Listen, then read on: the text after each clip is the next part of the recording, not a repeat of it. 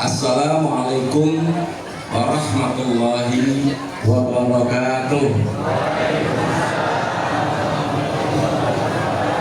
Alhamdulillahirabbil alamin. Wa bihi nasta'inu ala umuri dunya waddin.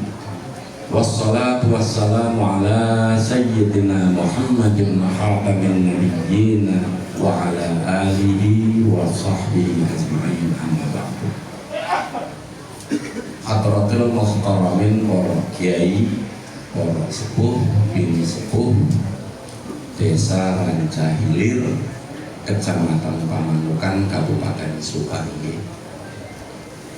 yang saya hormati dan saya muliakan pengurus Nahdlatul Ulama se-Kabupaten Subang, wabil khusus Kecamatan Pamanukan, wabil khusus ranting Desa Rancahilir beserta banom-banomnya.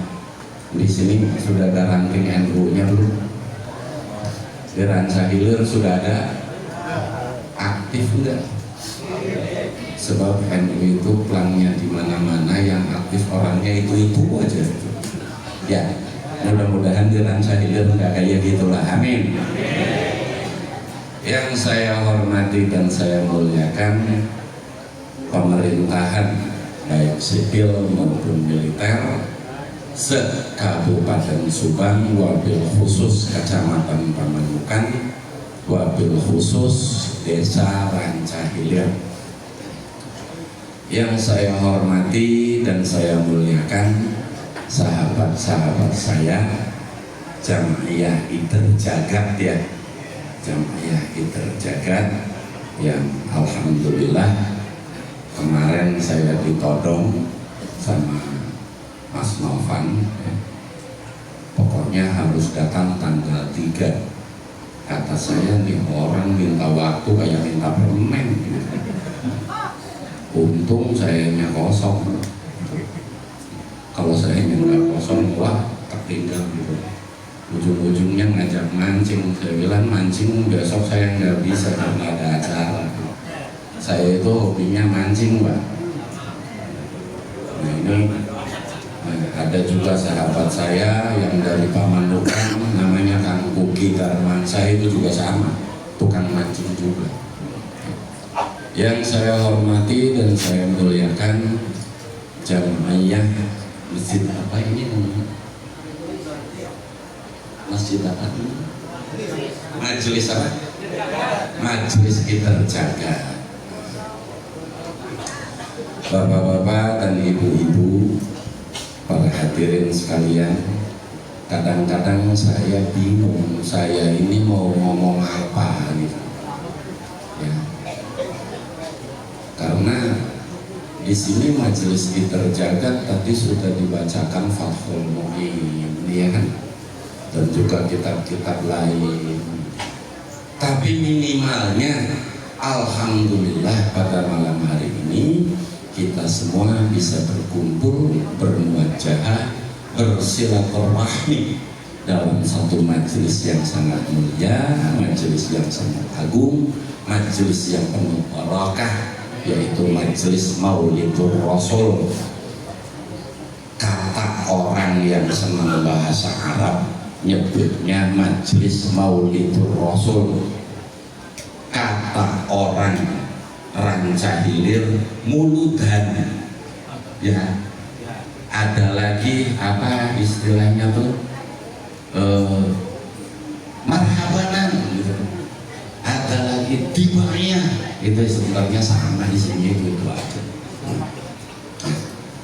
Oh ya, lupa, yang saya hormati sahabat saya juga Habib siapa?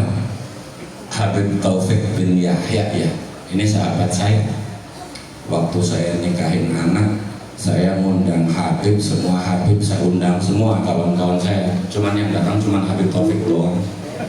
Nggak tahu yang lain kenapa nggak pada datang, padahal biasanya sering ngopi bareng sama saya. Ini kayaknya gara-gara gegeran ini. Nah ini makanya saya ketawa saja. Kata saya nggak pernah memutus silaturahmi hanya karena sebuah persoalan yang bukan persoalan kita gitu. untuk anak Nabi Muhammad. Wah, assalamualaikum.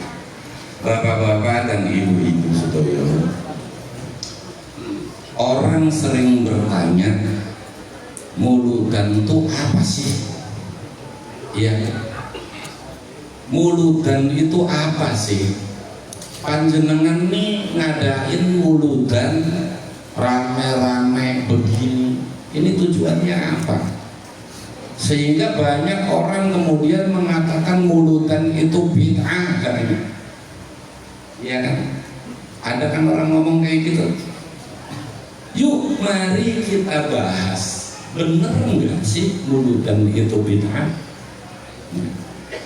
Muludan kita hakikatnya hikmah daripada muludan adalah mengungkapkan rasa syukur atas iman Islam yang dibawa oleh Rasulullah Shallallahu Alaihi Wasallam kepada kita.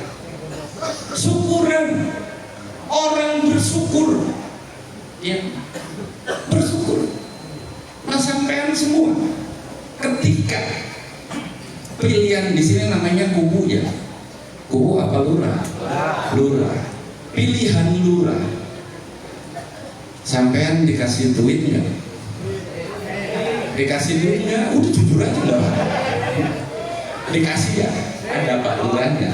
Ada ya? Pak Lurah ngasih duit nggak? Ngasih. Berapa ngasihnya? Pelit namanya pelit. Nah, dikasih duit 20.000, bersyukur nggak?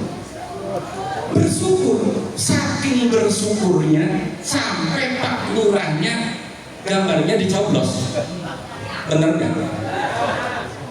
Lah sekarang pertanyaannya, ketika nikmat yang paling agung, paling besar bagi kita umat manusia adalah nikmat iman Islam, kita diberikan nikmat iman Islam oleh Rasulullah Shallallahu Alaihi Wasallam, lalu kita tidak bersyukur. Udah kayak gitu DP pengen diaku umatnya. Umat model apa ya kayak gitu? Ya. Jadi hakikatnya di dalam maulidan itu adalah ungkapan rasa syukur kita atas nikmat iman Islam yang dibawa oleh Rasulullah Sallallahu Alaihi Wasallam. Terus ada yang ngomong, tapi kan nggak ada dengan cara-cara kumpul-kumpul kayak gini, ya katanya kayak gitu. Saya jawab, memangnya Gusti Allah pernah menentukan cara di dalam bersyukur? Ada nggak? Gusti Allah menentukan cara bersyukur, ada nggak? Wong Gusti Allah itu dawuhnya la in syakartum la azidannakum wa la in kafartum inna adzabi lasyadid. La in syakartum, ada bilnya enggak? La in syakartum bil ngasih rokok ke novel gitu kok enggak ada kok. Ya kan? Ini artinya di sini Gusti Allah tidak pernah menentukan cara di dalam bersyukur. Selama caranya tidak bertentangan dengan syariat Allah, maka itu tidak dilarang. Itu, ya. Ada. Maka menyikapi hal ini semua, Imam Suyuti pernah ditanya oleh seorang muridnya, ya Imam, bagaimana dengan orang yang muludan? Apakah itu bagus atau tidak? Kalau bagus, apakah berpahala atau tidak? Lain. Imam Suyuti menjawab dengan balik bertanya kepada si murid, memangnya di muludan itu isinya apa? Kata murid jawab bahwa di dalam muludan itu isinya adalah ijtima'un nas, kumpulnya manusia semua, nggak ada kucing kan, ada yang tua, ada yang muda, manusia semua itu. Di dalam ijtima'un nas, ya, ada ajaran Islam, ya. Apa? minimal satu silaturahmi. Betul nggak? Ada nggak nih sedemikian banyak orang yang datang dari rumah ke majelis ini niatnya tawuran? Ada nggak? Nggak ada kan? Semua niatnya adalah silaturahmi. Sampai yang kadang-kadang di rumah bertengkar dengan tetangga di majelis mulutan, duduknya iring-iringan gitu, berdampingan. Benar nggak?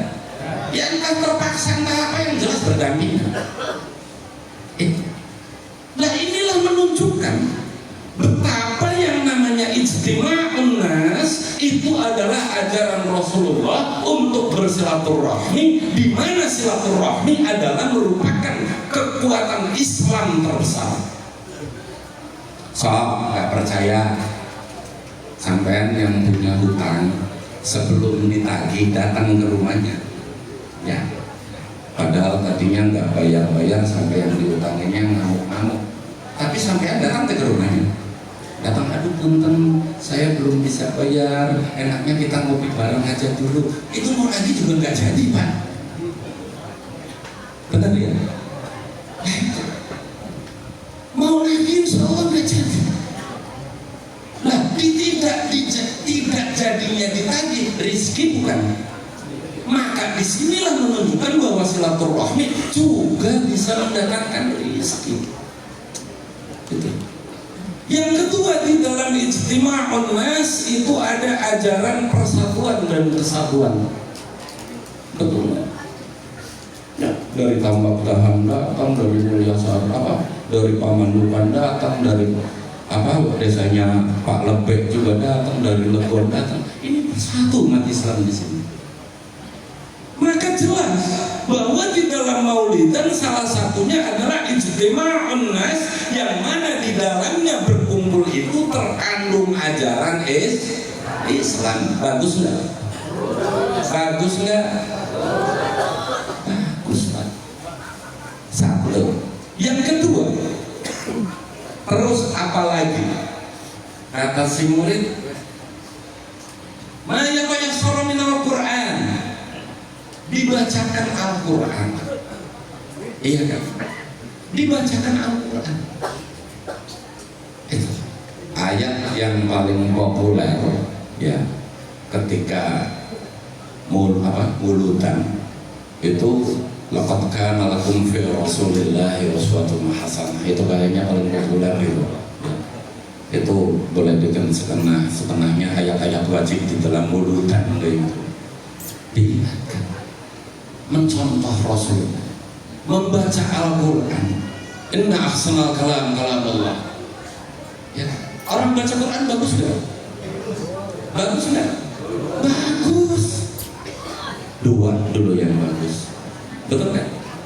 Dua dulu yang bagus. Terus apa lagi? Kata Imam Suyuti.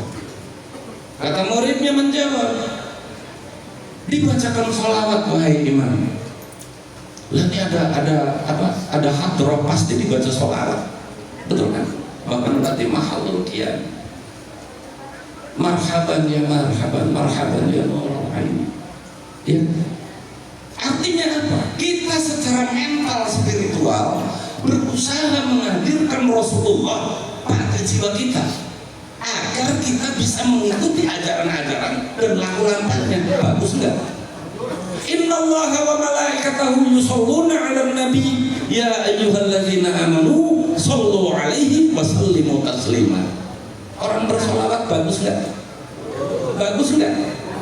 Wirid untuk makomnya kita ya paling bagus sholawat, karena tidak ada penghalang bagi sholawat, dan sholawat bisa dibaca kapanpun. Yang penting jangan di kamar mandi lagi. Yang paling bagus itu sholawat. Baca sholawat. Sebab kalau Quran mungkin kita bisa salah makhraj, bisa juga salah baca, bisa juga salah ini. Tapi baca sholawat dengan niat bersholawat itu langsung kepada Allah. Cuman kan kadang-kadang sampeannya yang rewel, ya. Sok-sokan namanya. Terus sholawat yang paling bagus sholawat apa? Katanya kayak gitu ya.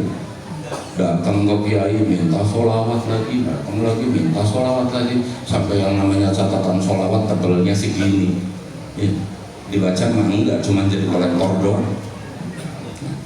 Itu.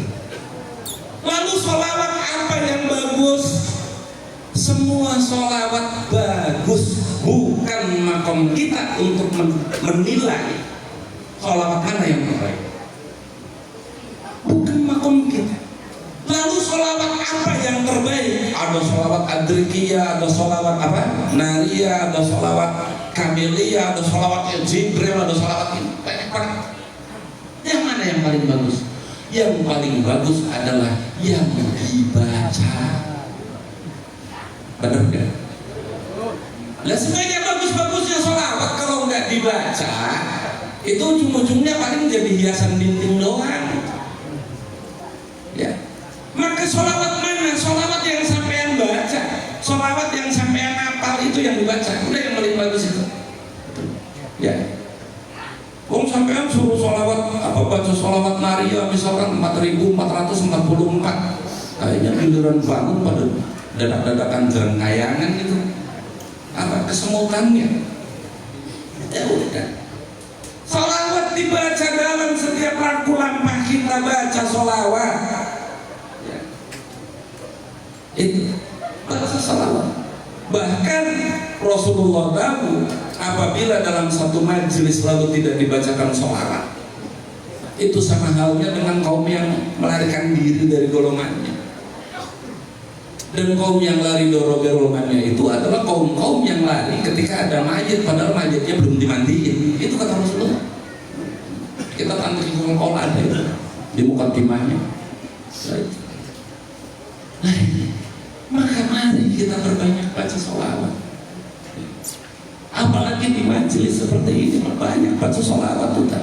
Sholawat itu yang akan menuntun kita ya, menuju rahmat dan ridhonya Gusti Allah. Kenapa? Karena makom kita baru di situ. Jangan nggak usah bangsa teriak-teriak. Ini baca ini nanti ini baca ini nanti Jangan salah, nanti ini malah justru memberikan amalan yang salah yang ujung-ujungnya adalah hanya membatasi hak Allah. Ini kan jadi ngawur. Kan banyak ya sekarang ya. Ini baca ini supaya kayak gitu. Padahal Bismillahirrahmanirrahim itu sendiri hanya satu Bismillahirrahmanirrahim itu maknanya luar biasa. Barul baraya saturul khataya. Ya. Al-Mannan, Ar-Rahman ghafarul khataya dan seterusnya. Bikana makana wa biyakunu mayakunu. Bismillahirrahmanirrahim itu luas sekali. Ini kalau baca bahas kayak gini, kalau Jamia Interjagatnya paham, cuman kayaknya yang belum pernah datangnya bingung kayak gitu. Maka yang ngenteng-ngenteng saja lah. Baca sholawat. Innallaha wa malaikatahu yusholluna 'alan nabi ya ayyuhalladzina amanu shallu 'alaihi wa sallimu taslima. Tadi dibacain sholawat jelas. Berarti sudah berapa ya Maulid di dalam maulidan ini? Pertama, ijtima'un nas silaturahmi. Yang kedua, ma yatayassara minal Qur'an, dibacakan Quran. Yang ketiga, dibacakan sholawat. Kata Imam Suyuti, terus apa lagi? Muridnya menjawab. Kata muridnya, adanya makanan minuman yang dikumpulkan lalu dimakan bersama-sama. Ya. Saya minum ada kelapa muda, ada kopi, ada buah. Kalau diminum semua biasa gitu. Kata Imam Suyuti, di dalam makanan minuman yang dikumpulkan jadi satu lalu kemudian dimakan bersama-sama terkandung ajaran Islam yang namanya sedekah. Benar kan? Sedekah. Di sini tadi pada urunan enggak waktu mau ngadain mulutan? Urunannya giliran dijudol pada kiyeng mulutan pada males itu. Kalau dijudol itu jutaan nggak geger, giliran buat mulutan 100.000 aja malu.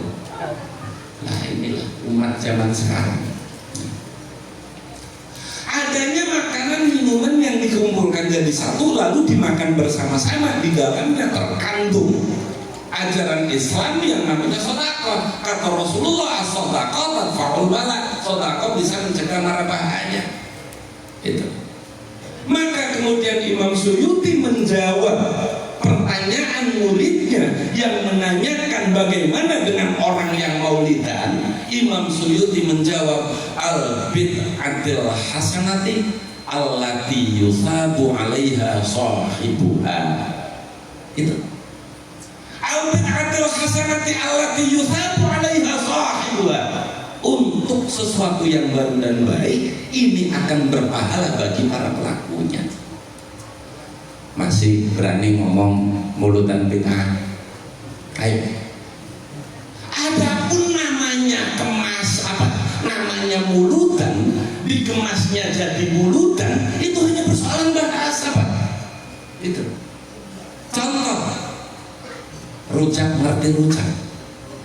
Rujak tuh isinya apa? Kangkung, ya, tokol, toge, kol, ya, kacang, ya, lotek ya. Kalau saya di sana namanya rujak semua masalahnya. Mau yang bukan, mau yang kayak gitu namanya rujak. Ya. Isinya kangkung, toge, kol, kacang, iya kan? Sama yang sepet-sepet itu apa? Pisang yang masih muda itu, ya. Terus ya, dikumpulkan jadi satu, diudek, diaduk, enak nggak? Kenapa giliran maulidan jadi bid'ah? Iya kan? Padahal maulidan isinya ijtima'un, isinya membaca Quran, isinya sholawat, isinya sodako. Enak semua nggak? Semua nggak? Lotek isinya kangkung, toge, ini kacang diulek jadi satu, enak nggak? Bagus nggak? Lah sekarang lotek enak, kemudian maulidan jadi ini gimana ceritanya?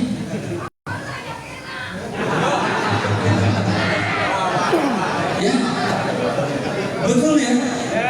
Nah ini, maka Imam Suyuti mendawuhkan al bid'atil hasanati allati yusabu 'alaiha sahibuha.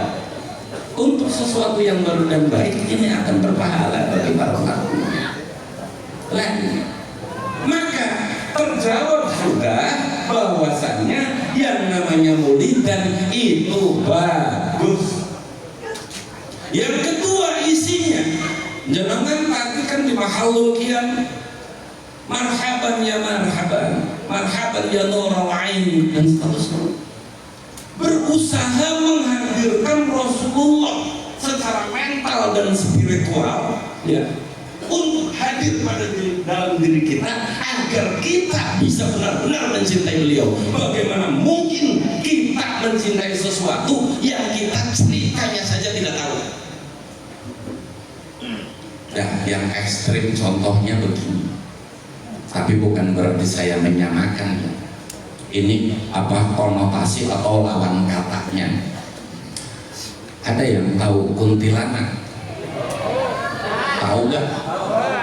Sok bentuknya kayak apa? Ayo, iya kan? Ayo sok. Takut nggak ketemu kuntilanak? Tahu aja nggak bisa takut, gimana ceritanya? Ayo, benar kan? Lah sekarang seperti halnya kita juga kepada Rasulullah. Bagaimana mungkin kita bisa mencintai Rasulullah sementara kita tidak tahu ceritanya? Ayo, benar kan?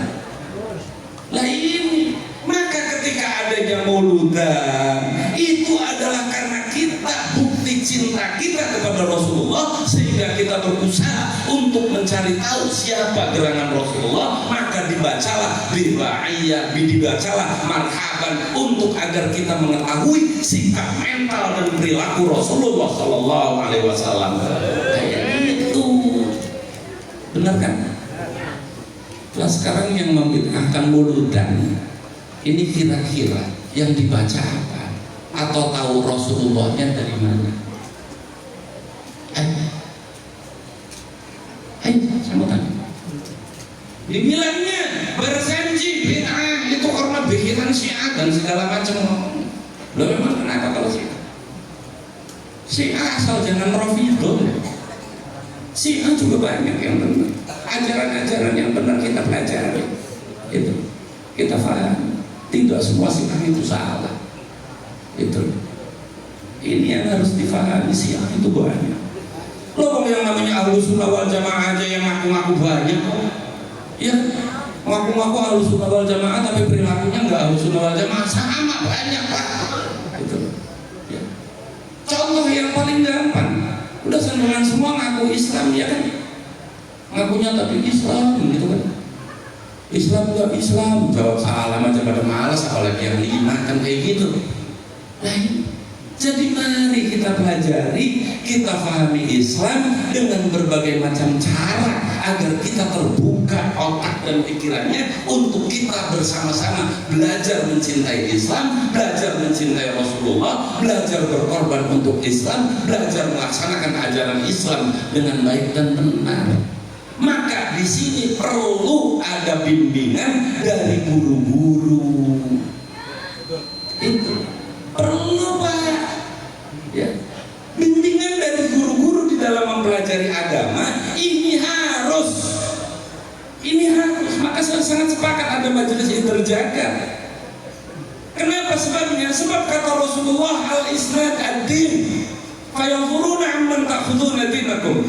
Sanad itu agama, maka lihat dari mana kalian mengambil agama kalian. Imam Rafi'i tahu al-isnad minad-din, laula al-isnad qala man syaa ma syaa. Sanad itu agama, maka lihat bagian daripada agama. Andaikan tidak ada sanad, nanti orang pada ngomong sanad sendiri. Lah banyak kejadian zaman sekarang.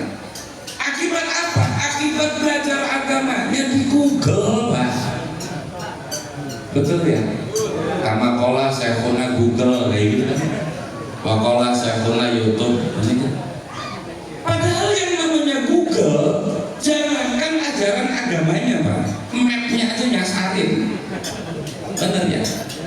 Saya itu pernah sebulan disasarin sama Google Map 5 kali. Mana ada rumah dosen di tengah sawah jalannya habis gitu. Dosennya di Semarang lagi. Ya, mapnya aja nyasarin.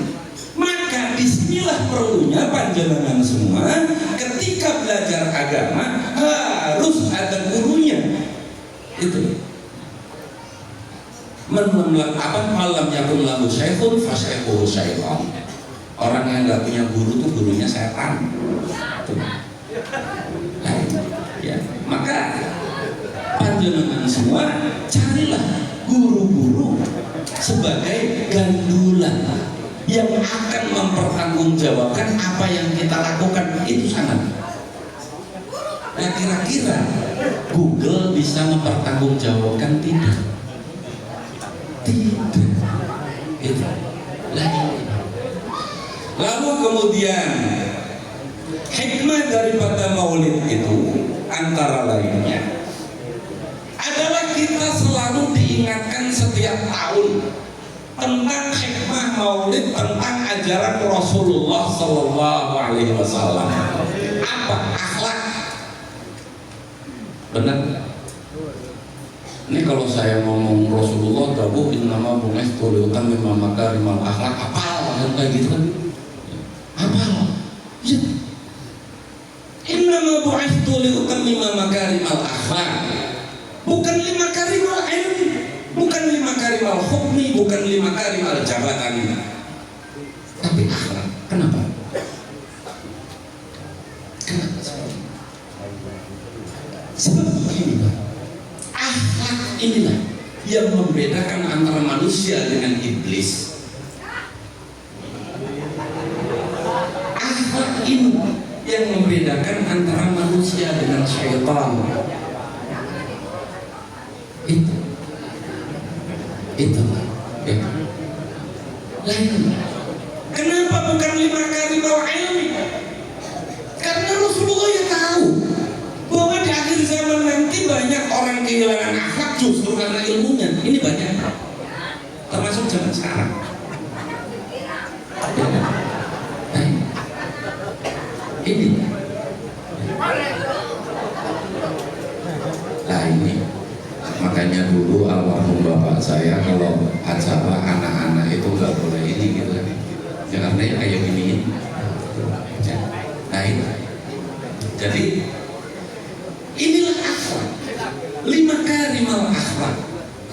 ajaran akhlak Rasulullah mengajarkan akhlak kepada kita ini dari semenjak ada di dalam kandungan, bahkan sebelum ada di kandungan. Contoh nikah, ya. Ada qabil tu tazwijah wa nikaha li nafsi bidzalik. Sebelum qabil tu-nya ada ajarannya yang namanya ta'aruf, saling mengenal. Ini ada akhlak itu ajaran akhlak. Kira-kira ayam nih kalau nyari istri ta'aruf dulu gak kayak gitu? Kan enggak. Nah manusia akhlaknya, ajarannya itu adalah ta'aruf. Itu ajaran adat sebenarnya. Itu. Setelah ini kemudian qabil tu tazwijah wa nikaha li nafsi bidzalik. Itu akhlak. Coba bayangkan orang-orang yang non muslim di Bali, laki-lakinya Australia, ya, perempuannya Inggris, tanpa ada qabil itu, tanpa ada ta'aruf, kucelak jadi. Benar kan? Ini artinya manusia diajarkan oleh Rasulullah untuk memanusiakan manusia agar menjadi manusia yang seutuhnya, bukan manusia-manusiaan alias bebegik sawah katanya. Jangan jadi bebegik sawah, jangan jadi kebun. Sapi diekspor dari Australia dengan dari New Zealand, ketemunya di Surabaya, kawin pak, nggak qabil itu lagi. Lah manusia supaya jangan seperti binatang, diajarkanlah dengan adab dan akhlak, termasuk di dalam pertemuan laki-laki dan pertemuan perempuan yang disebut nikah. Ini akhlak pak. Jadi nikah itu jangan terpaku dengan bahasa an-nikahu sunnati faman raghiba an sunnati falaysa minni, tapi lebih dalam, di dalamnya adalah ajaran akhlak kemanusiaan supaya manusia dengan manusia menjadi manusia yang seutuhnya. Itu lain. Ini akhlak. Lalu kemudian setelah qabil tuh kucelak, ya, mau ketemu mau kayak gitulah. Ya. Diajarin akhlak lagi sama Rasulullah. Apa ajarannya? Minimalnya suruh bismillah. Ya. Jangan mentang-mentang pengantin baru bismillahnya lupa. Ya. A'udzu bikalimatillahi tammati li kulli hammin syarri ma khalaq. Baca dulu itu. Kenapa sebabnya? Sebab yang namanya setan itu mau menggauli perempuan yang sedang digauli oleh suaminya. Ya. Nah sekarang kan banyak yang pada lupa. Giliran anaknya lahir, anaknya nggak karu-karuan, udah dewasa, disebutnya dasar anak setan. Mana ada setan punya anak manusia? Betul ya? Kalau anaknya setan, kira-kira bapaknya apaan ibu? Nah ini. Maka nanti nih bu, ya sepulang dari pengajian ini, mulai sepulang dari majelis ini, kalau bapaknya sudah mulai kerdak-kerdak, ngerti kerdak-kerdak? Ya, ngindik-ngindik gitu, Pak, ta'awuz dulu, gitu. Pak, bismillah dulu, jangan buru-buru, gitu. Ini ada dalam pergaulan suami istri saja Rasulullah itu mengajarkan. Itu. Kenapa? Lagi-lagi karena setan atau jin itu mau menggauli perempuan yang sedang digauli oleh suaminya agar anaknya tidak kecampuran dengan setan. Ya sudah, ta'awudz dulu, jangan sampai lupa sama Gusti Allah. Jangan giliran udah gede dibilangnya anak setan, tanyain bapaknya sama ibunya dulu ingat Tuhan enggak? Ingat Gusti Allah enggak? Yang diingat cuma nafsu, dicampurin setan enggak kerasa anaknya. Lah siapa? Lah ini. Ya, ada pengantin baru kan? Ayo. Pada kayak itu, gara-gara diledakin mulut. Lalu kemudian anak ini jadi nutfah di dalam kandungan, ditiupkan roh ketika umur 3 bulan. Adabnya apa? Rasulullah mengajarkan Kata Rasulullah mendawuhkan berdoa agar janin ini menjadi janin yang sehat. Orang tuanya diajarkan, bapaknya, ibunya diajarkan untuk meminta maaf dan meminta ikhlas kepada saudara-saudara dan teman-teman terdekat. Yang kata orang apa namanya ini desa apa? Ranca Hilir, namanya ngupati 4 bulan itu apa namanya? Kalau di sini orang hamil 4 bulan selamatan namanya apa? 4 bulanan. Ya, terus dibilangnya itu nggak ada ajarannya dari Rasulullah, prank gitu kan? Ya iya prank. Wong ini Rasulullah jelas ketika garuannya beliau, istrinya Rasulullah sedang hamil, dan ketika umur 3 bulan Rasulullah berdoa kepada Allah minta supaya apa? Janinnya menjadi janin yang sehat, lalu meminta maaf kepada saudara-saudara terdekat. Itu. Adapun namanya jadi 4 bulan itu hanya persoalan bahasa. Ya, hanya persoalan bahasa. Bahasanya kata orang Ranca Hilir 4 bulanan, kata orang Buntet ngupati. Itu. Ini hanya persoalan bahasa, tapi itu semua adalah merupakan ungkapan rasa syukur kepada Gusti Allah, dan ini adalah merupakan ajaran akhlak Rasulullah kepada kita dalam menghadapi istri yang hamil. Itu. Nah ini. Lalu kemudian umur 7 bulan, ya. Adanya ketika sudah umur 7 bulan, kandungan 7 bulan, Rasulullah berdoa, ya Allah, mudah-mudahan anak ini menjadi anak yang soleh, soleha, ya kan? Yang berguna bagi nusa bangsa dan agamanya lah, kayak gitu, yang selamat dunia akhiratnya. Ya, kata orang Ranca Hilir namanya 7 bulan, betul? Ya, kata orang Buntet namanya hitung bulan, kata orang Brebes namanya mitoni. Lah, ini kita diajaran ke akhlak itu dari semenjak di dalam kandungan, Bang. Itu. Lalu kemudian setelah 7 bulan yang konon kata mereka nggak ada ajarannya dari Rasulullah, ini prank lagi saya. Prank belinya. Kenapa kok Rasulullah berdoa? Rasulullah bersyukur kok. Ada cara bersyukur lagi-lagi. Gusti Allah tidak pernah melarang persoalan cara. Selama cara itu tidak bertentangan dengan syariat Allah, Allah nggak pernah larang. Gitu. Ya, lagi. Nah, lalu kemudian lahir keka, ada keka kemudian dan seterusnya sunat.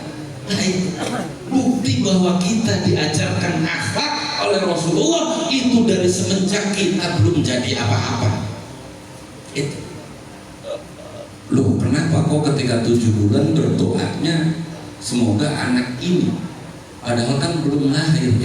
Kata Imam Rafi'i, aqallul hamil sittata syahran, sedikit-sedikitnya hamil itu adalah 6 bulan.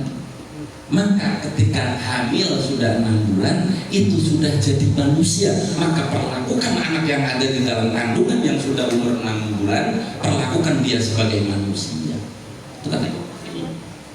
Nah ini makanya yuk bareng-bareng kita kembali kepada akhlak itu. Lah akhlak, bicara akhlak, akhlak adab kata orang Jawa namanya tata krama atau toto kromo. Kalau kata orang Sunda namanya sama ya, tata krama, angga hungguh. Nah itu angga hungguh, cuman beda bahasa. Maka yang namanya orang Jawa ketika kemudian datang Islam, ajaran akhlak Rasulullah itu menjadi penguat tata krama yang sudah berlaku di Jawa. Penguatnya adalah ajaran Rasulullah, dikuatkan. Itu. Kenapa? Karena Jawa itu sendiri artinya adab, Pak. Jawa, Gowi, Yavan itu adab dan lain. Maka ketika Rasulullah SAW menerima wahyu kerasulan lalu mengutus para sahabatnya untuk berdakwah Islam di tanah Nusantara, bukan hanya dakwah Islam Pak, tapi juga mempelajari adab dan tata keramanya orang Jawa. Maka kita harus bangga jadi orang Jawa. Bapak-bapak dan ibu-ibu sekalian, di sini saya tidak akan membahas nasab ya, karena saya bukan ahli ilmu nasab. Males saya bertengkar kayak gitu, beneran. Nah, terus aku turunan Fir'aun yang Ustaz gitu.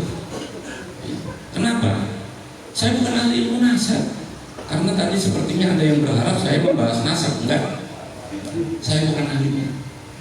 Saya nggak mau membahas sesuatu yang saya tidak paham. Saya nggak mau. Nah, bapak-bapak dan ibu-ibu sedoyo, mari kita kembali kepada ajaran Rasulullah SAW, yaitu akhlakul karimah. Indonesia berantakan seperti ini akibat kehilangan akhlak kebangsaan. Yang namanya akhlak bukan hanya kepada seorang murid, kepada guru, anak kepada orang tua, ya. Itu. Tetapi juga yang lebih luas, akhlak di dalam kehidupan bermasyarakat, akhlak di dalam kehidupan berbangsa dan bernegara. Lah sekarang Indonesia ini pemerintah dicaci maki, ya kan? Kiainya dicaci maki, ustadznya dicaci maki. Akibat kehilangan akhlak berbangsa dan bernegara, akibatnya Indonesia seperti ini. Gitu. Iya, kalau ke guru, ke kiai, ke ustadz, salaman nyampe bolak-balik. Tapi lupa ati Allah wa ati Rasul wa ulul amri minkum, itu adalah ajaran Rasulullah. Lupa. Yang menjadi pemerintahnya juga sama, lupa sama akhlak. Tahu masyarakat lagi kesulitan, dicekek pajak kesana kesini, gajinya naik kok joget-joget, ya masyarakat ngamuk semua, Pak. Ini akibat kehilangan akhlak di dalam kehidupan berbangsa dan bernegara. Inilah yang terjadi. Maka saya ingin mengingatkan panjenengan semua, karena kita semua ini adalah orang Jawa, ya, orang Jawa yang beragama Islam, di mana Jawa ini sendiri adalah artinya akhlak, dan Islam sendiri menerapkan atau menetapkan akhlak sebagai ajaran utamanya. Maka mari kita menjadi orang Jawa yang berakhlak. Paham? Pak, Bu, Kang, Mas, sedikit saya sampaikan supaya panjenengan ingat kepada leluhur panjenengan. Panjenengan orang Jawa kan? Kalau Jawa itu namanya dulu Sundalen. Sundalen dulu itu. Lalu kemudian menjadi Jawa. Wah, ini kucingnya ngajak bercanda ini. Siapa orang Jawa ini? Siapa orang Jawa ini? Ini panjenengan harus tahu. Sebab yang namanya akhlak, kata Sayyidina Ali, an-nasab al-akhlak. Nasab itu akhlak. Orang yang kehilangan nasabnya, dia akan mudah kehilangan akhlaknya. Itu. Maka panjenengan sebagai orang Jawa atau orang Sunda, karena Jawa itu ya dulu Sundalen, ini harus tahu supaya jangan kehilangan adab dan akhlak kepada leluhur kita. Bapak-bapak dan ibu-ibu sedoyo, ketika kita bicara tentang orang Jawa, siapa orang Jawa ini?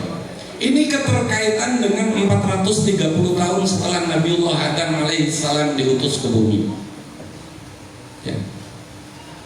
Nabiullah Adam alaihissalam diutus ke bumi, lalu kemudian ada perintah dari Allah untuk mengisi tanah-tanah kosong yang ada di bumi.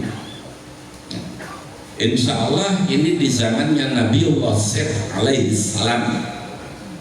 Nah, lalu kemudian siapa yang sampai ke tanah Jawa? Nama aslinya saya tidak tahu, cuma saya tahunya dari buku catatan sejarah yang mengatakan bahwasannya yang pertama kali turunan Adam yang sampai ke tanah Jawa atau Sundaland pada saat itu namanya Sang Hyang Nurasa. Sang Hyang Nurasa punya putra namanya Sang Hyang Nurcahya. Sang Hyang Nurcahya punya putra namanya Sang Hyang Renang atau Sayyid Anwar. Sayyid Anwar. Dalam kisah-kisah lainnya bahwa Sayyid Anwar itu adalah putranya Nabiullah Syekh alaihi salam. Pertanyaannya, mukmin enggak? Mukmin enggak? Mukmin enggak? Saya tanya ini, panjenengan Sayyid Anwar mukmin enggak? Mukmin, Pak. Kenapa? Karena ada yang ngomong orang Jawa penyembah pohon nanti dulu. Saya bantah. Itu. Lalu kemudian Sayyid Anwar ini yang oleh orang Jawa dianggap sebagai leluhur. Sayyid Anwar mukmin. Sehingga ketika generasi ke-6 dari Nabiullah Adam alaihissalam yang bernama Nabiullah Idris alaihissalam diutus di Irak, dari Irak ke Syria, lalu dari Syria mencari saudara-saudaranya di tanah Sundaland ini, lalu bertemulah di Sundaland. Berdasarkan hieroglif Mesir, tulisan yang ada di piramida, ya, bahwa Amenhotep IV, ini saya bicara sejarah agak lengkapin supaya panjenengan sebagai orang Jawa tahu siapa dirinya. Amenhotep IV, Fir'aun kelima dari jalur ke-8, waktu mau membangun peradaban Mesir kuno, memerintahkan ratunya yang bernama Ratu Hatshepsut untuk mencari orang suci yang bernama Osiris. Osiris. Dalam versi hieroglif Mesir namanya Osiris. Dalam versi Yahudi namanya Hanoch. Dalam versi Injil namanya Enoch. Dalam versi Islam namanya Idris. Amenhotep atau Hatshepsut bertemu dengan Nabiullah Idris itu disebut di satu wilayah yang bernama Tanah Punt. Punt, P-U-N-T. Punt. Para ahli menyepakati bahwa Tanah Punt adalah Nusantara. Maka saya katakan Jawa adalah salah satu suku bangsa dengan budaya dan sejarah tertua di dunia. Kok bisa? Bisa. Sejarah dimulai kapan? Sejarah dimulai ketika manusia mengenal tulisan. Siapa yang pertama kali mengenal tulisan? Nabiullah Idris alaihissalam. Dasarnya di dalam Quran, wazkur fil kitab Idris. Ya, lah ini. Jadi Jawa adalah salah satu suku bangsa dengan budaya dan sejarah tertua di dunia. Bukan suku Maya, suku Inka, tapi salah satunya adalah Jawa. Itu. Nah, lalu Nabi Idris dibawa ke Mesir kuno untuk membangun peradaban Mesir kuno. Pertanyaan saya, kira-kira Nabi Idris waktu dibawa ke Mesir kuno dikawal enggak? Dikawal enggak? Dikawal, Pak. Wong saya aja dikawal panser. Ya, apalagi Nabi Idris. Maka di sini jelas artinya bahwa peradaban Mesir kuno tidak lepas dari campur tangannya orang Jawa. Orang Jawa. Lah ini hebat enggak orang Jawa? Hebat. Lalu di dalam perkembangan berikutnya terjadi banjir bandang Nabiullah alaihi salam. Semua manusia mati kecuali yang ada di perahu Nabi Nuh. Nabi Nuh punya putra yang populer, Kanan, Sam, Ham, Yafet, ya kan? Yang belakang Kanan, ya. yang badan kanan. Sam, Ham, Yafet, Kan'an mati. Sam, Ham, Yafet, inilah yang kemudian disebut sebagai manusia generasi kedua. Sam, Ham, Yafet. Sam ini orang yang menurunkan orang Afrika dan Arab. Ya, bangsanya Habib Taufik itu turunannya Sam itu. Gitu. Ham ini orang yang menurunkan orang Eropa dan Asia Barat. Dan Yafet ini adalah orang yang menurunkan orang Asia Tenggara dan Ya'juj Ma'juj. Jadi panjenengan semua saudaranya Ya'juj Ma'juj. Dan Ya'juj Ma'juj. Lalu siapa yang sampai ke tanah Sundalen ini? Yang sampai ke tanah Sundalen ini adalah putra Yafet yang bernama Yafan bin Yafet bin Nuh. Gitu. Yafan bin Yafet bin Nuh. Sejak itu Sundalen menjadi Jawa. Oh ini kan tadi ada yang ngomong orang Sunda gitu. Ini penjelasannya ini. Sejak itu menjadi Yafan. Lah Yafan itu artinya adalah akhlakul karimah. Maka banyak orang tua kita dulu aja dari wong Jawa sing orang Jawa nih. Kenapa? Karena arti Jawa itu sendiri adalah akhlakul karimah. Nah, lalu di dalam perkembangan berikutnya lahir Aji Saka. Ini orang banyak ngertinya kalau Aji Saka itu cerita wayang. Betul ya?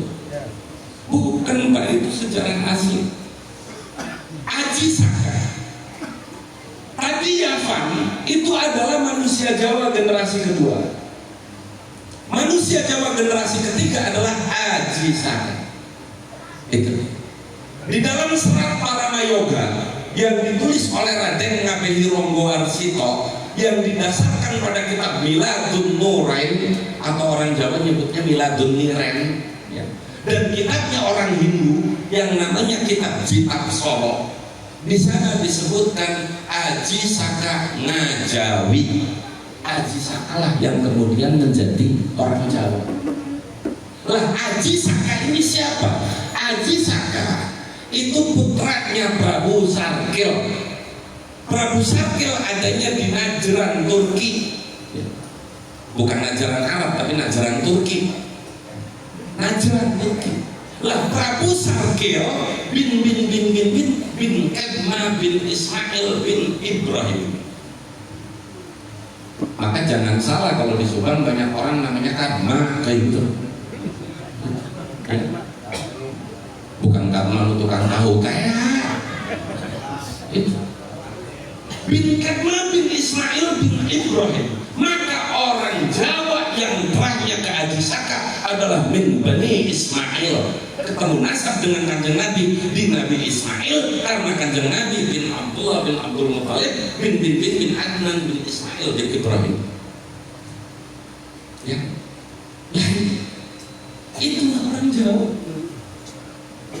Nah sekarang pertanyaan saya, betapa banyak kan Rasulullah menceritakan tentang keutamaan-utamanya Bani Ismail. Betul kan? Maka siapapun orangnya, siapapun ini, mau dari pihak A maupun pihak B, apabila dia merasa diri zuriyatul Rasul, hormat orang Jawa. Kenapa? Karena min Bani Ismail. Ya. Maka lalu kemudian ketika Rasulullah Shallallahu Alaihi Wasallam mendapatkan wahyu kerasulan, lalu kemudian Rasulullah menulis surat-surat tentang wahyu kerasulan tersebut untuk raja-raja. Ada Raja Najasyi, Raja Persia, Raja Romawi, Raja Yunani, dan salah satunya adalah Raja Jawa. Nah ini kenapa?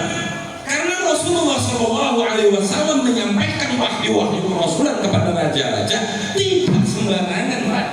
Tapi raja-raja yang memang memiliki hubungan sejarah dengan Rasulullah Sallallahu Alaihi Wasallam.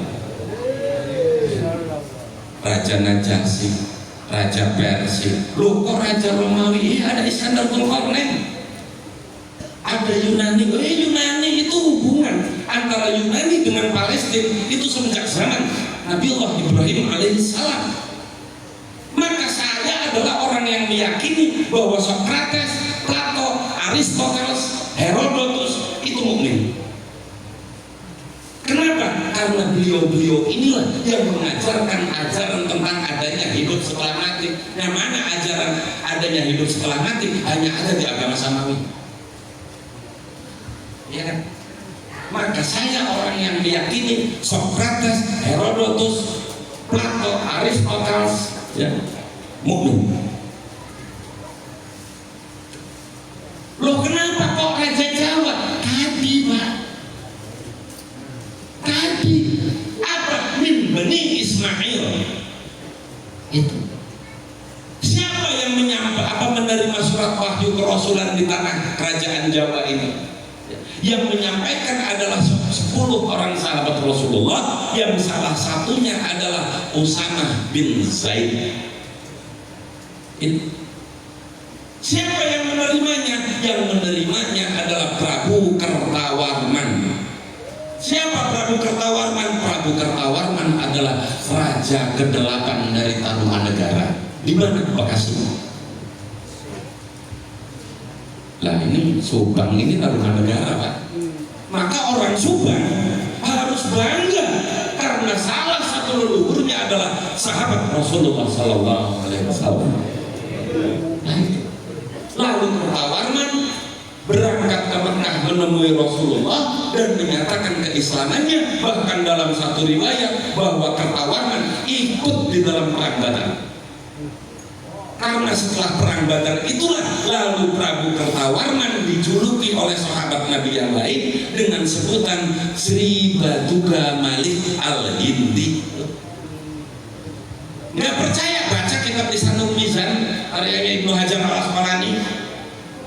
Kalau yang rada bau-bau Syiah, baca itu kitab Al-Mustadrak Al-Sahihain karyanya Al-Hakim Naisaburi. Baca itu, ada sih.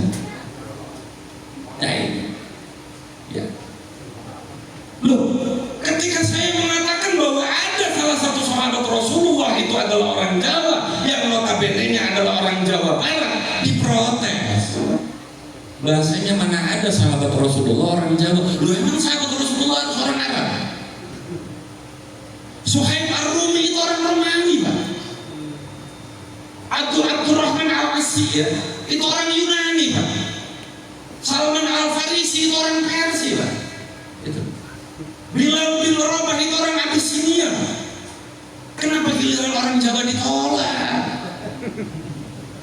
Kan aneh ya Pak. Nah ini, maka kita harus paham tentang leluhur kita. Itu harus paham tentang leluhur kita. Karena panjenengan tidak paham bahwa salah satu leluhurnya adalah min ashabir Rasul. Tawasul bin Kertawarman bilang ayo ngaku. Iya kan? Nggak pernah ditawasulin yang namanya Prabu Kertawarman. Padahal itu adalah leluhur panjenengan yang notabene-nya adalah sahabat Rasulullah Sallallahu Alaihi Wasallam. Pada ngaku kan nggak pernah tawasul ke Kertawarman. Berubahnya berulah lain ya. Dan banyak kitab lain yang menceritakan, menjelaskan tentang hal itu, tentang keberadaan Kertawarman itu lain. Maka disinilah hebatnya Jawa, hebatnya Jawa di sini. Sampai saking hebatnya orang Jawa yang notabene-nya adalah setengahnya adalah min Bani Ismail yang terah kepada Aji Saka. Sampai Rasulullah pernah tahu bahwa suatu zaman nanti akan ada satu kaum yang tidak pernah bertemu dengan aku, tapi mereka sangat mencintai aku melebihi kalian yang bertemu dengan aku. Dan mereka melaksanakan ajaranku padahal mereka tidak tahu bahwa itu ajaranku. Dan nyatanya itu ada di Jawa. Betul kan? Lah orang Jawa apa aja syukuran sok aja. Iya kan? Ada orang nikahan syukuran. Ya. Khataman Quran syukuran. Kecelakaan syukuran. Alhamdulillah motornya doang. Ya kan? Kakinya patah satu, alhamdulillah cuma satu. Ya kan? Patah dua, alhamdulillah masih hidup. Yang ketiga mati, alhamdulillah mati gitu. Coba kalau hidup cacat kayak gitu. Nah bersyukur itu kan ajaran Rasulullah. Tapi orang Jawa kadang-kadang tidak tahu bahwa itu adalah ajaran Rasulullah. Contoh lagi, di sini kalau mau bikin rumah malamnya dimelekin ya, dimelekin kan. Ada orang yang ngomong bahwa itu bid'ah, tidak ada ajarannya dari Rasulullah. Kata siapa? Wah Rasulullah jelas dawuh, kullu makanin malikun, semua tempat ada yang miliki.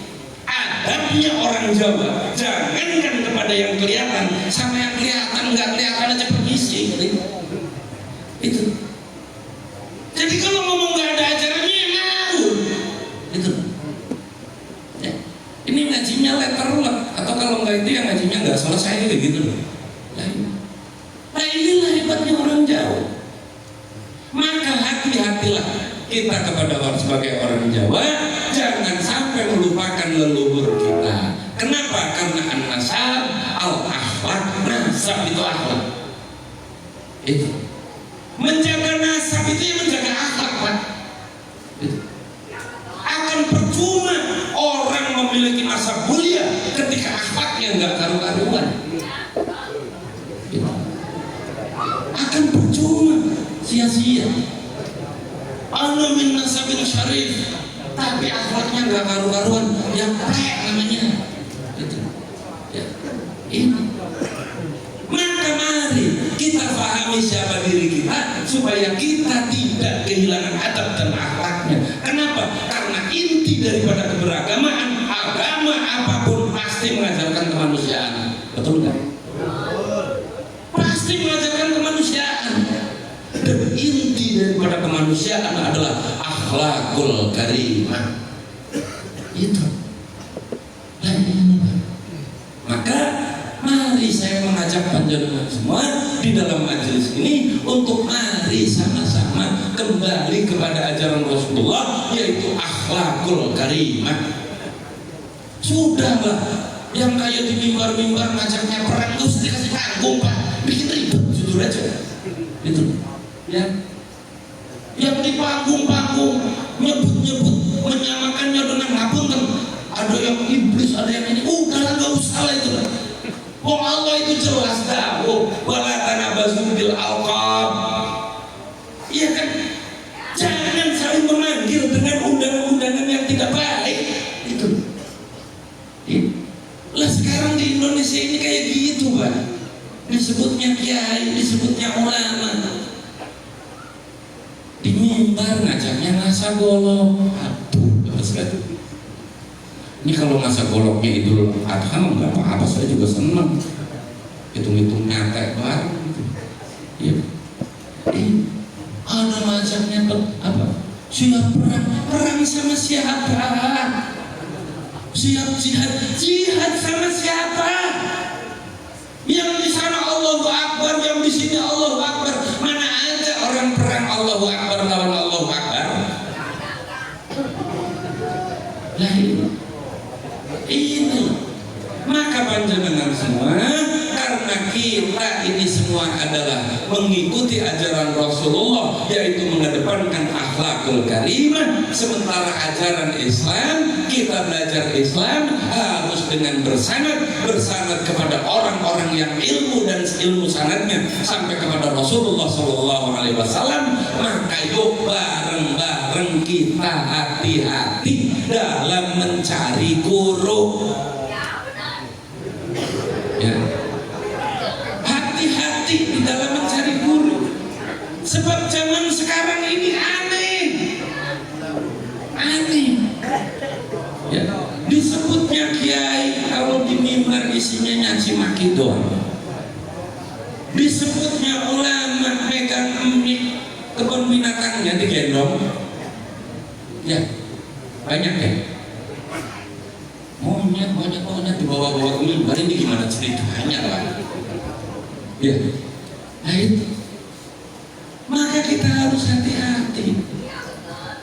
hati-hati, carilah guru yang benar.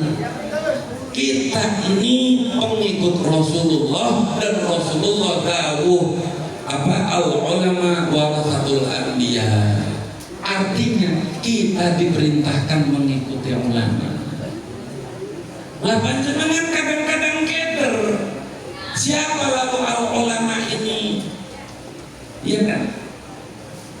Sebab ada dikiranya yang namanya ulama itu yang pakai jubah, pakai gamis kayak gitu. Ya.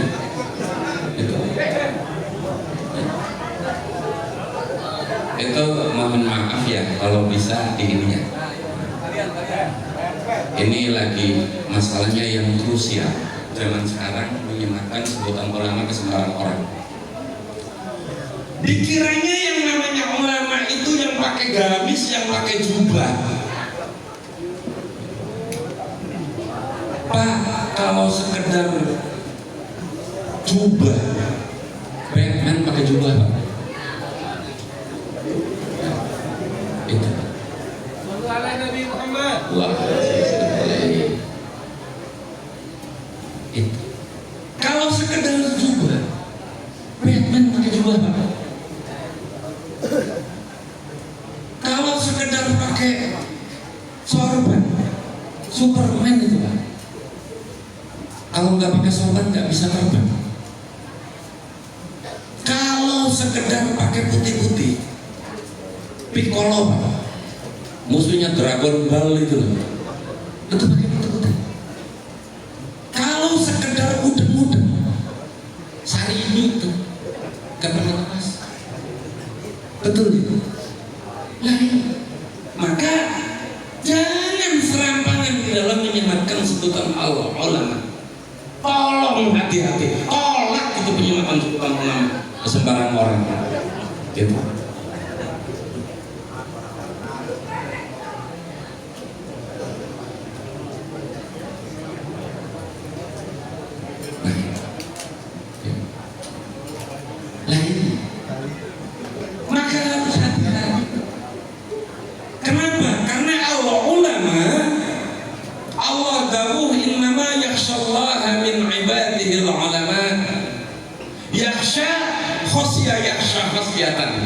Kata Imam Ghazali, samarun minal khauf, buah daripada takut. Fauqal khauf, di atasnya takut. Apa? At-taqwa. Maka innama yakhshallaha min ibadihi ulama adalah siapa yang bertakwa kepada Allah, maka dialah al-ulama. Bukan jubah, bukan sekedar jubah, bukan sekedar udeng-udeng, bukan sekedar putih-putih. Nyatanya banyak sekarang orang yang pakai gamis, pakai jubah, pakai putih-putih, udeng-udengnya segede ban PSH, tapi ketika di mimbar isinya caci maki doang. Isinya caci maki doang. Banyak. Maka harus hati-hati. Al-ulama dawuhnya Gusti Allah, sebutan yang sangat agung dan mulia, sebutan yang datangnya dari Gusti Allah. Innama yakhshallaha min ibadihi ulama. Nah, karena agung dan mulianya sebutan ulama ini, sampai Syekh Abdul Qadir Al-Jilani itu mensyaratkan 12 syarat untuk seseorang disematkan padanya sebutan al-ulama. 12 syaratnya. Satu, al-ulama'u harus hafal Quran. Yang kedua, al-ulama'u harus hafal kutubus sittah. Yang ketiga, al-ulama'u amaliyah dan ubudiyahnya harus bagus. Yang keempat, harus berakhlakul karimah. 5, 6, 7, 8 harus siddiq, amanah, tabligh, fatanah. 9, 10, 11, 12 harus mewarisi sifatnya Sayyidina Abu Bakar, harus mewarisi sifatnya Sayyidina Umar, harus mewarisi sifatnya Sayyidina Utsman, dan harus mewarisi sifatnya Sayyidina Ali. Baru mulai disebut al-ulama. Ada nggak zaman sekarang? Ada nggak? Ada nggak? Keter jawabnya ya. Zaman sekarang disebut ulama. Kalau pilpres rebutan jadi tim sukses. Nah kok wis kono ben. Iya kan? Ketika pilkada ikut rebutan masa. Lain. Ya.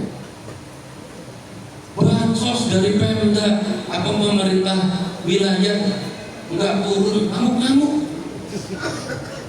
Enggak tahu di Subang ada enggak yang begitu. Ya kan? Terus yang kayak gini umat jadi hater, siapa ulamanya? Ya wajar. Wong yang disebut ulamanya justru bikin hater umat. Iya. Tetapi karena peran penting al-ulama di dalam kehidupan sosial kemasyarakatan, maka dengan kondisi seperti ini pun al-ulama harus ada. Kenapa? Karena tahunya Gusti Allah itu universal, tidak terikat ruang dan waktu, kapan dan dimanapun harus ada. Maka kalau ditanya lalu ada nggak al-ulama saat ini? Jawabnya harus ada, Pak. Ada nggak? Ada. Di mana? Gitu. Kalau kata orang Cirebon, ada nggak anak dengan empu? Nah itu. Kenapa ya? Karena seperti ini posisinya. Harus ada. Tahunya Gusti Allah universal, tidak terikat ruang dan waktu, kapan dan dimanapun harus ada. Itu. Nah ini. Maka karena peran penting al-ulama di dalam kehidupan sosial kemasyarakatan ini sangat penting, pengayom, pelindung, pendidik, pengajar, tempat wadul. Tahu wadul? Apa bahasa Sundanya wadul? Sasadu, ya, tempat sasadu. Nah yang paling gampang nih, ibu-ibu, saya tanya ibu-ibu lah. Bu, kalau anaknya kesurupan yang dicari siapa bu? Hah? Yang dicari kiai ya bu ya? Ini jelas korban sinetron semua itu. Kenapa? Kalau yang namanya di sinetron itu fungsinya kayak cuma buat ngusir setan doang. Ya kan? Ya. Fungsinya kayak kan cuma buat ngusir setan kalau di sinetron. Ini akibatnya. Ditanya yang dicari siapa kiai? Korban sinetron. Karena mengingat peran penting al-ulama di dalam kehidupan sosial kemasyarakatan ini sangat vital, sehingga Syekh Ahmad bin Muhammad At-Tijani mensyaratkan 3 syarat minimal untuk seseorang disematkan padanya sebutan al-ulama. Yang pertama syaratnya al-ulama harus alim, tapi tidak cukup hanya alim. Yang kedua amal ibadahnya harus bagus, tapi tidak cukup hanya amal ibadah. Dan yang ketiga adalah akhlakul karimah, tapi tidak cukup hanya dengan akhlakul karimah. Ketiga-tiganya harus menjadi satu kesatuan yang utuh dan bulat yang melekat pada diri seseorang. Kalau istilah bahasa Inggrisnya komprehensif integral, gitu. Tidak bisa dibilang gitu.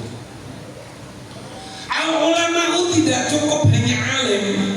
Sebab kalau al-ulama cukup hanya dengan alim, nanti iblis ulama Pak. Nanti iblis ulama. Ayo siapa yang ngomong iblis dulu? Wa 'allamal adama wa asma'a kullaha tsumma 'aradahum 'alal malaikat. Gusti Allah ngajari guru ke Nabi Adam sebelum dipertemukan dengan para malaikat. Apa sebabnya? Iblisnya alim. Itu. Maka kalau kayak pilpres kemarin, ya, calon presiden ini adalah ulama karena dia berilmu. Iblis kurang apa Pak? Ini akibat agama. dibawa-bawa ke dalam politik dan digunakan untuk ajang-ajang kampanye. Akhirnya apa? Menafsiri Quran sesuai dengan kepentingan perutnya doang. Ini terjadi di Indonesia, Pak. Nyatakan sampai ada yang disebut titisan Imam Mahdi lah. Ya mohon maaf, ini berantakan nantinya. Sudahlah, politik-politik, agama menjadi remnya politik. Jangan digunakan sebagai alat untuk mencapai kepentingan politik. Cukup dijadikan rem, kendali agar politiknya tidak lari dari agama. Jangan dijadikan alat untuk mencari kepentingan politik kayak gitu, Pak. Ini. Jadi jelas, kalau ulama itu cukup hanya dengan alim, maka nanti iblis ulama. Iblis ulama bukan. Iblis ulama bukan. Bukan. Sepakat kan iblis bukan ulama. Yang kedua, ulama amaliyah dan ubudiyahnya harus bagus, tapi tidak cukup hanya dengan amaliyah dan ubudiyah yang bagus.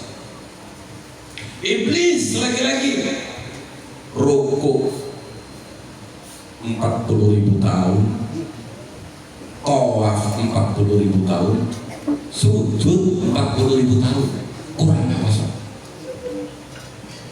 Sekarang saya mau tanya, Habib Taufik nih, kalau saya suruh sujud 40.000 tahun, kuat nggak gitu?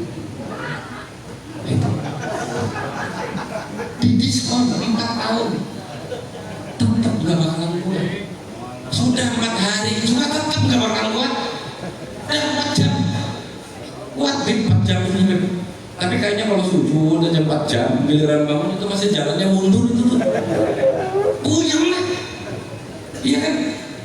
Lain. Maka kalau hanya cukup dengan amaliyah dan ubudiyah yang bagus, maka nanti iblis ulama. Itu. Maka syarat yang ketiga adalah akhlakul karimah. Kenapa? Karena yang tidak dimiliki oleh iblis itu akhlakul karimah, Bang. Iblis dilaknat sama Allah bukan karena bodoh, bukan. Pintar, alim, makanya iblis Azazil itu jadi jenderalnya malaikat. Cara gampangnya Panglima Kopassus lah kayak gitu. Panglimanya orang malaikat. Nah, ibadahnya luar biasa. 40.000 tahun untuk tawaf, sujud, rukuk. Tapi yang tidak dimiliki oleh iblis adalah akhlakul karimah. Aba wastakbar wa kana minal kafirin. Istikbar, takabur, gumede, rasa bener dewek baik, rasa dirinya yang paling hebat, turunan gue yang paling hebat, ada kelakuan iblis, Pak. Iya kan? Lain. Maka tidak boleh seperti itu. Gitu. Merasa yang paling hebat, merendahkan orang lain, nggak boleh kayak gitu. Ya, nggak boleh. Apalagi sesama umatnya Nabiullah Muhammad SAW. Tidak boleh saling merendahkan, tidak boleh saling menghina, tidak boleh saling mencaci maki. Saya ingatkan ini, karena sekarang ini isinya caci maki semua.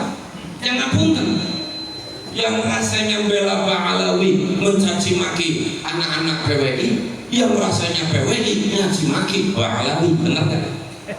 Iya kan? Wis ngaku bela. Itu.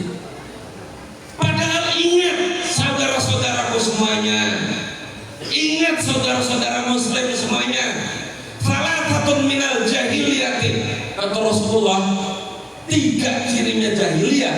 1, al-fakhrul ahsab, orang yang sombong karena nasab. Yang kedua, at-ta'nu fil ansab, orang yang merendahkan nasab orang lain. Dan yang ketiga adalah an-niyahah, orang yang meratapi kematian sebagaimana orang Yahudi meratapi kematian. Itu 3 cirinya jahiliyah. Maka saya mintakan, hentikan caci maki, hentikan saling merendahkan, hentikan menghina nasab orang lain. Karena nasab ini ketentuan Allah, Pak. Jangan menghina nasab orang lain. Nasab ini ketentuan Allah. Dalam hadis qudsi, Gusti Allah dawuh kepada Nabi Musa, "Ya Musa, sampaikan kepada orang-orang yang tidak ridho atas ketentuanku. Perintahkan kepada mereka untuk mencari untuk keluar dari bumi dan langit, dan perintahkan kepada mereka untuk mencari Tuhan selain aku."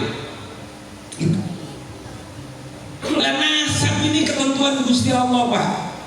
Kita nggak bisa menentukan nasab kita sendiri. Salim bin Vladimir Putin itu nggak bisa. Novan bin Donald Trump nggak bisa. Saya nasabnya ini aja lah, nggak bisa. Kalau nasab bisa milih sendiri, saya milih jadi anaknya Nabi Isa, Pak. Supaya kata orang ngomong Nabi Isa anak Tuhan, gue cucunya. Iya. Maka jangan menghina nasab orang lain. Masalah nasab ini adalah wilayahnya wilayah keilmuan. Maka kalau mau menerima, terimalah dengan ilmu. Kalau mau menolak, tolaklah dengan ilmu. Jangan dengan caci maki. Setuju nggak? Kalau mau menerima, terimalah dengan ilmu. Kalau mau menolak, tolaklah dengan ilmu. Jangan dengan caci maki. Paham ya? Dan mulai sekarang seperti itu, baru namanya kita menyikapi perbedaan dengan akhlakul karimah. Imam Malik dengan Imam Hanafi. Imam Malik adalah muridnya Imam Hanafi. Berbeda pendapat nggak? Saling caci maki nggak? Imam Malik dengan Imam Syafi'i. Imam Syafi'i adalah muridnya Imam Malik. Beda pendapat nggak? Mencaci maki nggak? Imam Ahmad bin Hanbal muridnya Imam Syafi'i. Berbeda pendapat nggak? Saling mencaci maki nggak?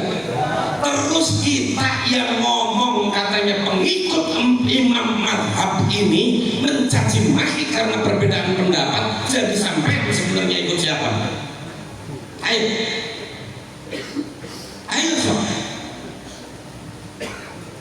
Paham?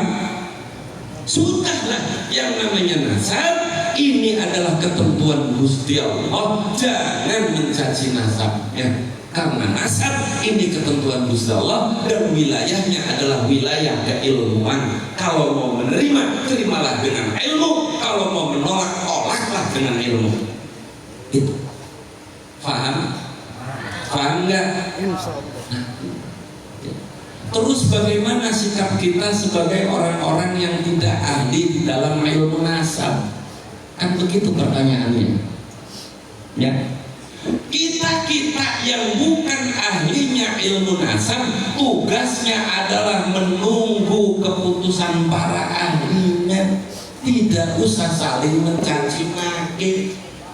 Paham? Paham? Karena kita bukan ahli ilmu nasab, di dalam menyikapi perbedaan persoalan nasab ini, maka peganglah qaidahnya saja. Apa qaidahnya? Qaidahnya yang didawuhkan oleh Malik bin Anas. Malik bin Anas ini putranya Anas bin Malik.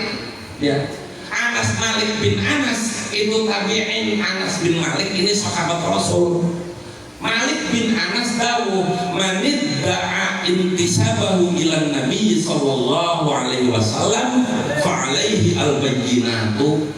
Siapa orangnya yang ngaku-ngaku diri bernasab kepada Rasulullah, maka wajib baginya untuk membuktikan. Jadi antum jangan ngaku-ngaku depan saya, nanti tak tuntut bukti loh. Kenapa? Karena membuktikan itu wajib, maka meminta bukti adalah hak. Itu saja sudah. Yang dipegang itu. Apakah ini surat? Tidak, Pak. Tidak surat. Karena apa? Kaidahnya jelas. Itu. Maka menurut saya ini sih, menurut saya, kalau tidak ingin membuktikan, tidak mau membuktikan, atau tidak bisa membuktikan, ya sudahlah, kita jadi orang Indonesia saja. Jadi orang Jawa yang beragama Islam, tidak usah ngaku-ngaku keturunan. Kenapa? Karena repot kalau membuktikan. Sudah itu. Sallu ala Nabi Muhammad. Enggak usah ngaku keturunan, ngaku ketanjakan aja biar aman. Nah, jadi itu seperti itu. Sudah, ingat saudara-saudaraku semua umat Islam, wabil khusus yang ada di Subang, sudahlah cukup kita jadi orang Jawa yang beragama Islam. Ya, kita jadi orang Jawa yang beragama Islam. Itu. Rasulullah dawuh, ya ayyuhan nas, ya ayyuhan nas, ya ayyuhan nas, inna rabbakum wahid wa inna abakum wahid, ala la afadla wa rabin lil ajam wa la ajama lil arab wa la ahmara lil aswad wa la aswada lil ahmar illa bit taqwa. Hai manusia, hai manusia, hai manusia, inna rabbakum wahid, sesungguhnya Tuhanmu itu satu. Wa inna abakum wahid, dan sesungguhnya bapakmu itu satu. Nabi Adam. Ala, ingatlah, la afadlal arabiyyin lil ajam, tidak ada lebih mulia orang Arab dibanding orang non-Arab. Wa la ajama lil arab, dan tidak ada lebih mulia orang non-Arab daripada orang Arab. La ahmara lil aswad, tidak ada lebih mulia orang kulit merah atau kulit putih dibanding orang kulit hitam. Tidak ada lebih mulia orang kulit hitam daripada orang kulit putih atau kulit merah, illa bil taqwa, kecuali dengan takwa. Ya, setuju ya? Jangan saling mencaci maki ya. Kalau mau menerima, terimalah dengan ilmu. Kalau mau menolak, tolaklah dengan ilmu. Tidak usah mencaci maki nasabnya. Ada yang pernah ngomong ke saya, jangan belajar kepada Habib karena Habib turunan Yahudi, katanya kayak gitu. Saya jawab, memang kalau turunan Yahudi kenapa sih? Wong 12 Yahudi juga turunan Nabi Yakub kok. Iya kan? Lah kalau tidak boleh belajar hanya karena turunan Yahudi, pertanyaannya lalu kenapa Rasulullah tahu utlubul ilma walau bisin, dan belajarlah ilmu walaupun di negeri Cina pada saat itu boro-boro Yahudi, Pak, ateis, tidak bertuhan. Itu. Yang kedua, kalau tidak boleh belajar hanya karena turunan Yahudi, bagaimana dengan Abu Hurairah? Salah satu sahabat Rasulullah yang banyak meriwayatkan hadis, otaknya Yahudi kok. Bagaimana dengan Abu Yazid Al-Bustami yang kita tasawufnya kita pakai? Iya kan? Kalau tidak boleh belajar hanya karena turunan Yahudi, berani gak ada saking kitabnya Abu Yazid Al-Bustami? Ayo sama. Iya kan? Maka sudahlah, jangan menghina keturunan. Mau keturunan Fir'aun sekalipun, kalau dia saleh, berakhlakul karimah, alim, wajib kita hormati. Itu, ya, paham ya? Nah, ini saya harus meredam ini semua kan? Kenapa? Karena bikin malu, bikin malu. Bikin malunya apa? Teriak-teriak umat Islam saling caci maki, ini gimana ceritanya? Itu, ya. Jangan mencaci maki, jangan mencaci maki. Sudah, karena kita bukan apa ahli ilmu nasab, mari kita tunggu keputusan para ahli ilmu nasab. Peganglah kaidahnya, ya. Manidda'a min disabahu ilan Nabi sallallahu alaihi wasallam fa alaihi al-bayyinatu. Maka saran saya bagi yang tidak mau membuktikan, tidak ingin membuktikan, nggak usah ngaku-ngaku, nggak usah ngaku keturunan, ngaku tanjakan aja biar aman. Nah, itu kayak gitu. Kenapa? Karena membuktikan itu wajib, maka meminta bukti adalah hak. Gitu. Kayak gitu ya. Mari kita bareng-bareng belajar. Kita bareng-bareng belajar kembali kepada ajaran Rasulullah SAW, yaitu akhlakul karimah, termasuk di dalam persoalan perbedaan pendapat. Mari kita tetap mengedepankan akhlakul karimah. Paham ya? Dari saya demikian saja. Saya mohon maaf yang sebesar-besarnya apabila ada salah tulisan. Saya mohon maaf yang sebesar-besarnya apabila ada salah-salah kata. Saya akhiri, wallahul muwaffiq ila aqwamit thoriq. Wassalamualaikum warahmatullahi wabarakatuh.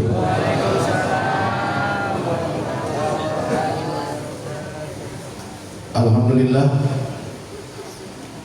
Terima kasih kami sampaikan kepada Gus Novel pada sampai yang disampaikan mudah-mudahan bermanfaat untuk kita semua.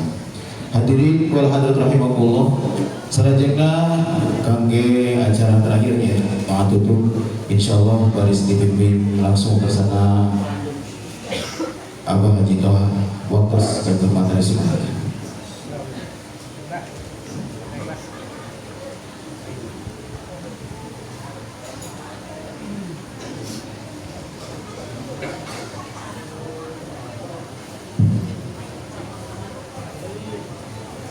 Al-hadirin ya wa qulinatin sholihah wa ila sallallahu alaihi wasallam. Al-Fatihah. A'udzu billahi minasyaitonir rajim.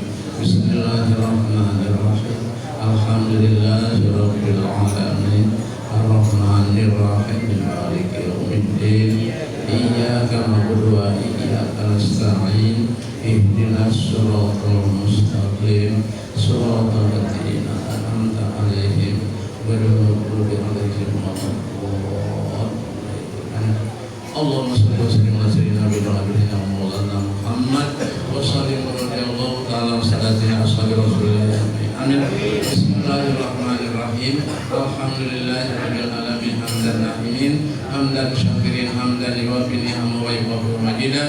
Ya Rabbana lakal hamdu kama yanbaghi li jalali wajhika wa li 'azimi sultanika subhanaka la nuhsana malaka anta kama asmaita ala nafsika falakal hamdu hatta tarda wa lakal hamdu idza radita wa lakal hamdu ba'da ridha. Allahumma shalli ala sayyidina Muhammadin fil awwalin wa shalli wa sallim ala sayyidina Muhammadin fil akhirin wa shalli wa sallim ala sayyidina Muhammadin hatta tarisal ardu wa man 'alaiha wa anta khairul warisin. Allahumma inna nasta'firuka wa nasta'udimuka adyanana wa abdanana wa anfusana wa amwalana wa ahlana wa kulla syai'in a'taitana. Allahumma fadna wa iyyaubika nabika wa amanika wa ihadika wa jabarika min kulli syai'in marid wa jabarin marid wa tibarin wa dibagin wa min syarri kulli syai'in qadir. Rabbana la tad'a lana dhanban illa ghafarta wa la 'aiban illa satarta wa la hamman illa faradta wa la durran illa kashafta wa la maridan illa syafaita wa la daynan illa hadaita wa hajatan min fid dunya wal akhirah illa qadaitaha wa yassartaha wa yassir umurana wasra sudurana wa nawwir qulubana bi rahmatika.